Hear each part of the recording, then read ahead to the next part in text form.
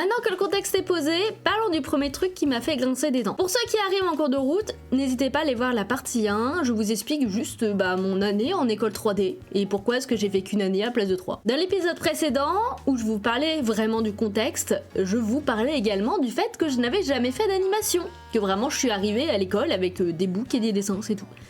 L'école travaillait avec le logiciel Maya et du coup j'ai dû repartir de la base. Première désillusion, j'étais parmi les seuls débutants.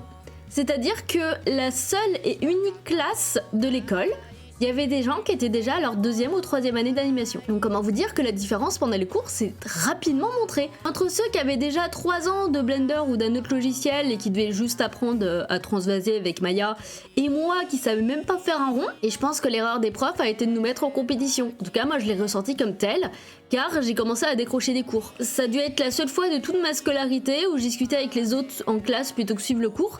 Car dans tous les cas, je rattraperai jamais le niveau des autres, quel intérêt? Et les profs nous comparaient énormément à celles qui avaient le plus d'années d'expérience.